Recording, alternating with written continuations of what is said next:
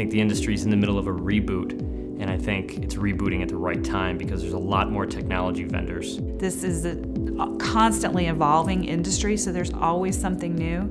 I think we tend to all be very overwhelmed by everything that's coming at us every day. The first listing appointment is no longer when you actually walk into somebody's house, it's what they're seeing for you online. We went from full control of inventory and control of the market and control of all the information to no control at all, and where our consumers are coming in more educated sometimes than our agents. The consumer has become a lot more savvy. They have a lot more access to data, and the expectations of just, not the consumers just in real estate, but the consumers just in general have higher demands. They expect great customer service. The new startups, a lot of savvy, smart companies, the use of teams is about reallocating the resources of real estate so it's more efficient.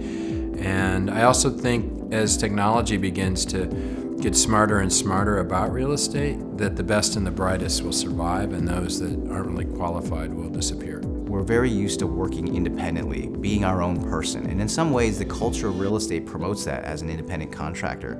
But what I'll share with you is that nobody gets to succeed alone. We all need the help of others to be able to be successful, and this industry, if it's going to survive, it's going to innovate, it has to band together and it has to work together. We're at the tip of the iceberg, is starting to make progress towards how we're dealing with today's consumer. The consumer's moving faster than the speed of light. And for us to be able to keep up with them, we have to be incredibly responsive. We have to be very forward-thinking, and we have to let go of yesterday's practices, and that's very difficult for many people to do. But if it doesn't happen, this industry, as I've said before, in other conversations, will go the way of the travel agent. And I call it tech-enhanced service, where consumers have this expectation in 2015 for instant responses and agents always knowing the answers to their questions at the time that they call and being available to them.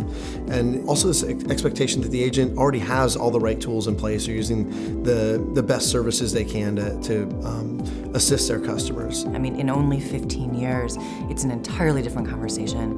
We no longer see just a direct mail piece or an email or very traditional ways of communicating being effective. So now it has to be all about experience and lifestyle and online and offline and mobile and events. So it's really about the whole experience and really engaging the consumer rather than just having a one-way conversation.